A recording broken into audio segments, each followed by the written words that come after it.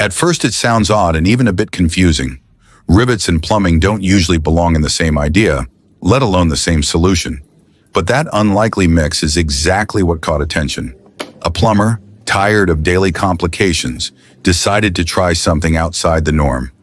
At first glance, it looks like a strange improvisation. Then you see it working, and the logic becomes clear.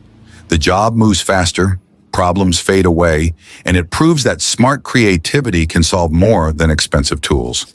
One of those ideas that makes you wish you had thought of it sooner.